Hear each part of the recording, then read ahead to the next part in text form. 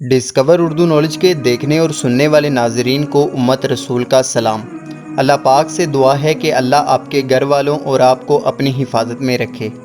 ناظرین محترم، نبی پاک صلی اللہ علیہ وآلہ وسلم کا فرمان ہے کہ اللہ اس کے چہرے کو روشن کرے جو میری حدیث سن کر خود یاد کرے اور دوسروں تک پہنچائے۔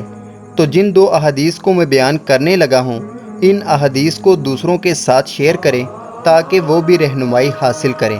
حضرت عائشہ رضی اللہ تعالی عنہا سے روایت ہے کہ رسول اللہ صلی اللہ علیہ وآلہ وسلم نے ارشاد فرمایا کہ اللہ تعالیٰ کے نزدیک قربانی کے دن بندوں کے تمام اعمال میں سے پسندیدہ ترین عمل جانور کا خون بہانا ہے، اور بندہ قیامت کے دن اپنی قربانی کے سینگوں، کھروں اور بالوں سمیت حاضر ہوگا، اور قربانی کا خون زمین پر گرنے سے پہلے پہلے اللہ تعالیٰ کی بارگاہ میں شرف قبول حاصل کر لیتا ہے، لہٰذا تمہیں چاہیے کہ خوش دلی سے قربانی کرو۔ ناظرین محترم، یہ تھی قربانی کرنے کی فضیلت۔ اب وہ بھی سن لیں جو قربانی نہیں کرتے۔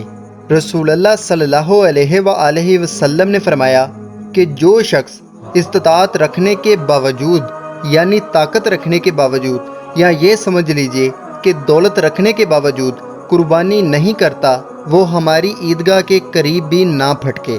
تو دوستو، اس پیغام کو جتنا شیئر ہو سکے کیجیے، کیونکہ ہو سکتا ہے کہ آپ کے ایک شیئر سے کسی کو رہنمائی حاصل ہو اور وہ آپ کی اللہ تعالیٰ کے سامنے معافی کا سبب بن سکے۔